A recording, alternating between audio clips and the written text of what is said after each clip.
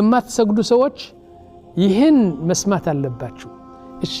ካፍር ብለን ፍርድ ከሰጠነው መጀመሪያ ያሉ لا تؤكلوا ذبيحته እሱ ያረደው አንበላም ልብ በሉ ገብረ ማርያም አንደ ማርያም ያረደው ክርስቲያን እንበላለን የደሙ በቁርአን የተረጋገጠለት ነገር ነው ሙሐመድ ሙስጠፋ ስሙ ግን የማይሰግድ ሰው ያረደው አንበላም ይህ አንድ ነው اذا مات لا يغسل ከሞቴ አናጥበው ولا يكفن እንደገና ከፈን አርገን እንደ እስላሞቹ ከፈን አናርግለትም ولا يصلى عليه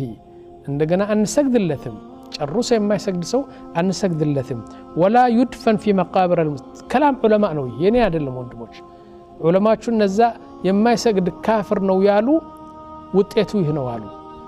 نعم ولا يدفن في مقابر المسلمين ولا يدفن في مقابر النصارى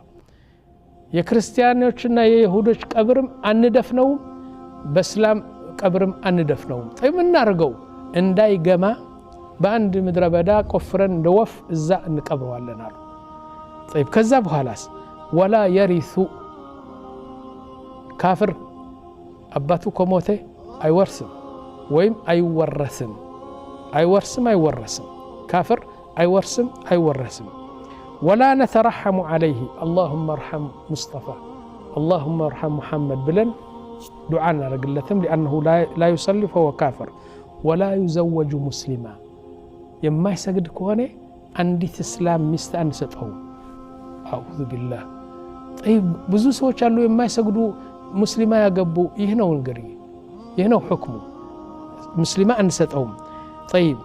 እነዚህ እስካሁን ድረስ የገለጽኩት እነዛ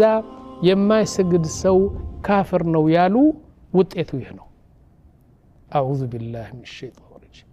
يعني ይህን ግንባሬ ለአላህ ጎንበስ ብዬ على መስጠት ነው ይሁሉ ያመጣብኝ ይሁሉ ያመጣበስ ነው ይህ በዱንያ ነው ወንድሞች በአኺራ ሌላ ጉዳይ አለው